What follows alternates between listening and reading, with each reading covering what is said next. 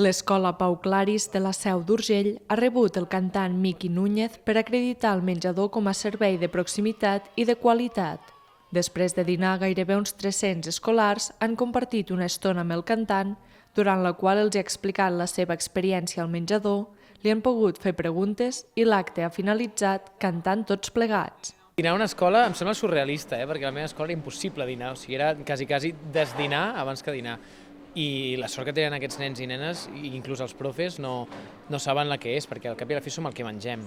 I menjar un producte de proximitat, de qualitat, que s'hagi fet amb carinyo. Jo què sé, abans em deien, no, els ous són d'on?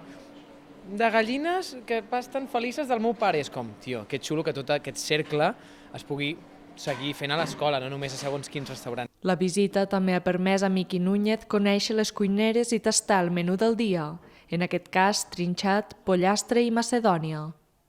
El menjador és gestionat per l'empresa pública Iausa. Tenir uns hàbits alimentaris saludables, també sostenibles, intentar utilitzar tot el que són embolcalls que siguin reutilitzables, fer el menys residu possible i alhora també transmetre als infants aquesta educació del menjar, que aquí a l'escola eduquem a les aules i eduquem al menjador. Dins el projecte Mengem d'aquí ja són 4 els menjadors que han rebut el distintiu.